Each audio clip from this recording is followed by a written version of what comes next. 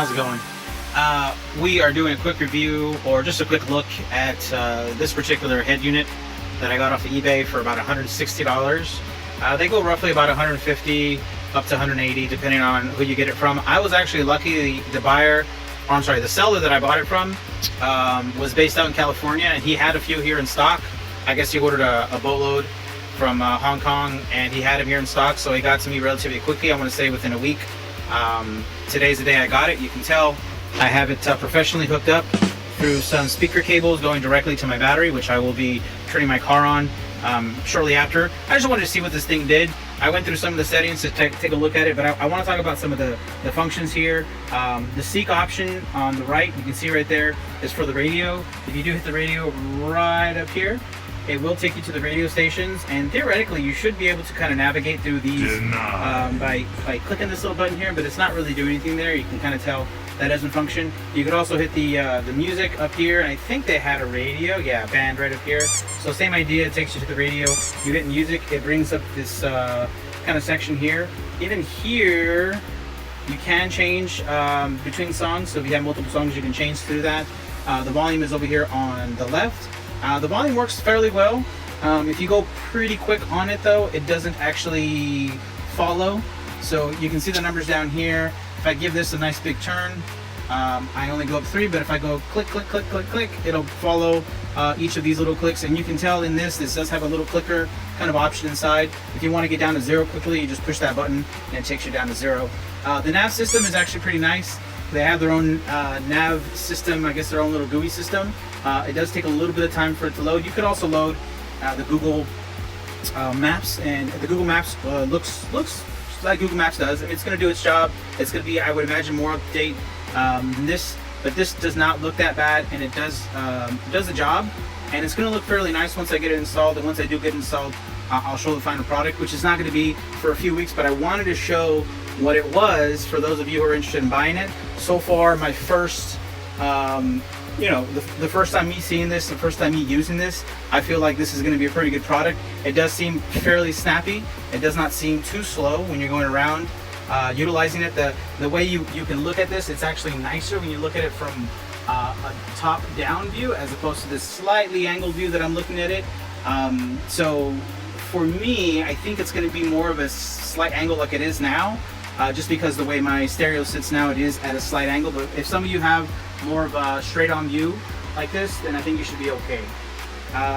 The buyer that I bought this from said this was an Android 10.0. It's definitely not an Android 10.0. I was able to determine by looking at here and then looking at the settings and then going to the Android settings, and it tells you clearly that this is a 9.1. And I went through the process of trying to update it to see if that would help, but it does not.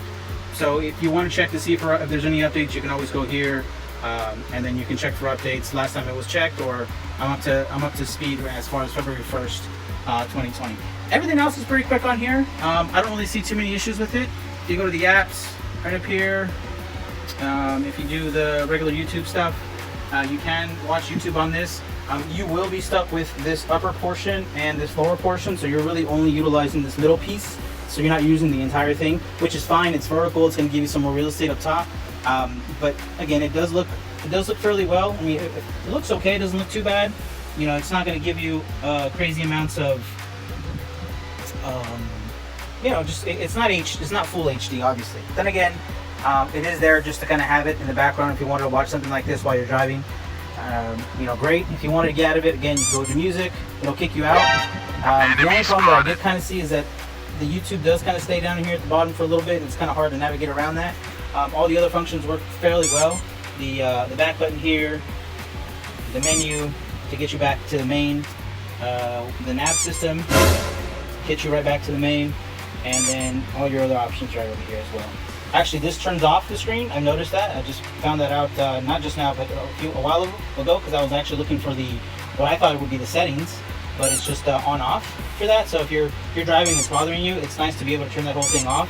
It does show it in black because it does realize that it is in black. I'm assuming there is some kind of sensors, or maybe just basing it off the time to go to black. I'm sure during the day this is going to go to day. Let's show you the Google Maps. And Google Maps is right here. Just so you have an idea of what that looks like. Because my main thing is sound. Obviously, you're going to worry about sound. This is a stereo. You want to make sure you get good sound out of it. Even if this doesn't pump enough amps to really juice up your speakers, you could always get an amplifier after the fact and get your power that way. This runs fairly well. You can see there's a lot of little lags there. And we'll see if we can zoom in on some of this stuff in here. And this is basically what you're expecting when you have this particular product. It does load. It is a little slow. I have not been able to connect it to my phone with the Bluetooth. But then again, I've also had other issues with one of my other Android devices connected with the Bluetooth, so it could just be my phone. I have an ROG phone, and that might be part of the problem. It's not necessarily like a Samsung or a, I don't know, whatever other phone, OnePlus One, something like that. OnePlus, that it would connect. I do have my girlfriend, she does have an iPhone, so we're going to test hers out and see if that works. But so far, this is working fairly well. I do like it. I would purchase it again if I needed it for another vehicle. So far, it's a good price for what you're getting, and it's fairly quick. I mean, it's not super quick. You can tell there it was a little laggy when I clicked on that, but it is fairly quick. And for the price, $150, it's not bad so far. We're going to see how it reacts with the audio once it gets installed. We'll see how well that does. It does not come with instructions. It just comes with a couple of booklets, and I'll show you the booklets here. Here's the little things that I got with it, which was this.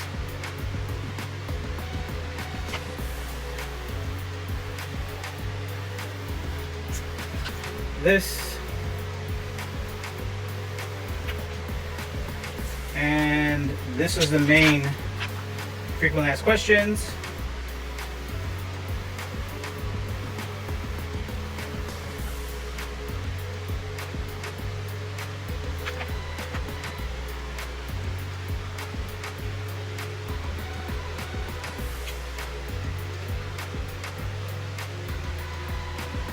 And there you go.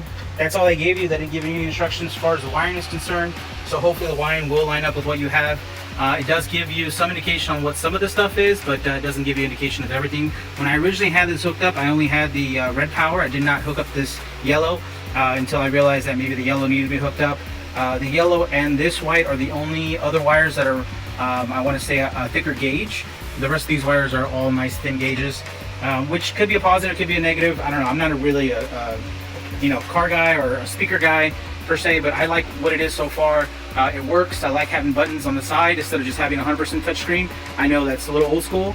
A lot of people just like the touchscreen, but when you need to turn the volume up and down, it's always nice to have something that you can grab onto and go up and down versus trying to find something on the screen. Especially if you're driving and you're focused on what's going on the road, you just want to reach over, be able to kind of feel your way through it, and then just do the volume that way. You can't really feel your way through a flat screen. So that's what we got going on. So I like it. I will share a link on down at the bottom so that way you guys can see for yourselves and maybe go out there and purchase one yourself. Again, I do recommend it just based on what I'm seeing right now. Once I get it hooked up, which is going to be a while, guys. Unfortunately, you're not going to see an update for at least another month or two because the car that I'm working on, the car that this is going to go into, has a lot of other stuff going on. You're probably going to see that in my other videos. It's an Eclipse. It's an i7 Eclipse that I'm going to put this into. So it's going to be a while before I get this hooked up and sound tested. I do have some speakers right up there that I can maybe try to hook up at some point in the future, but right now I don't want to burn my battery out, so I'm going to turn this off. I'm going to start my car, let it run for a little while to make sure that this doesn't completely drain me, which it shouldn't, but you never know. So yeah, there it is, and I will give you just a quick shot of the back. You can pause the video, and that's what that looks like. And if you have any comments or questions, let me know. I'll do my best to kind of answer on what I can answer. But there it is. All right, appreciate your time. Thank you. Bye. Bye, have a great time.